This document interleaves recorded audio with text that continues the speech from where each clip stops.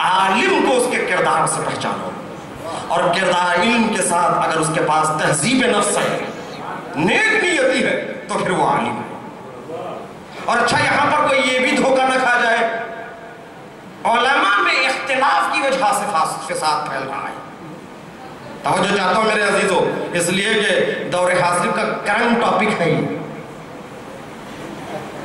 علماء کے درمیان میں فساد ہے، اختلاف ہے۔ دیکھیے بات یہ ہے، اذا فسد العالم فسد العالم، جب عالم فاسد ہو جاتا ہے تو عالم فاسد ہو جاتا ہے۔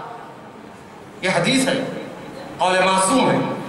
عالم اگر فساد کرنے لگے تو اس کا فساد اس کے گھر تک محدود نہیں رہتا، عالم کا فساد عالم تک پہنچتا ہے۔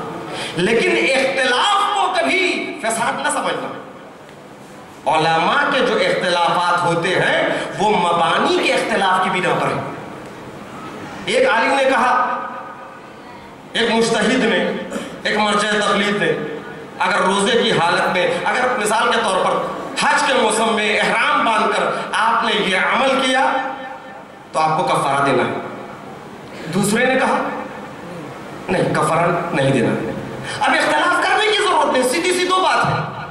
جو ان کے مقلد ہیں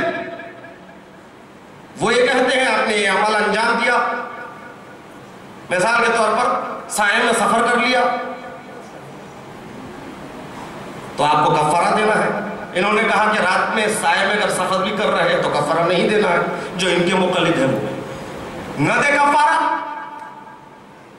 اب یہ فساد کی کوئی بات نہیں، نہ کوئی اختلاف ہے یہ، اس لیے کہ دونوں کے مبانی مختلف ہیں۔ ان کے پاس جو روایت، جو حدیث معتبر ہے، وہ کسی اور وجہ کے ان کے پاس معتبر نہیں ہے۔ یہ اعتبارات کی بنا پر، مبانی کے اختلافات کی بنا پر، یہ فتووں میں اختلاف ہے، کبھی اس کو یہ نہ کہنا فساد ہے۔ پڑھے لکھے حضرات ہیں، آپ جانتے ہیں، 2 ڈاکٹر 2 PhD دونوں ایک ہی چیز کے ماہر، ایک مریض آیا تو ایک ڈاکٹر کہتا ہے کہ اس کا آپریشن ضروری ہے، دوسرے کے پاس جائیے وہ کہہ دے گا کہ دوائیوں سے ٹھیک ہو جائے گا، آپریشن کی ضرورت نہیں۔ ہدف اس کا بھی یہ ہے کہ مرض کو شفا دے، ہدف اس کا بھی یہی ہے کہ مریض کو شفا دے، لیکن طریقہ علاج مختلف ہے۔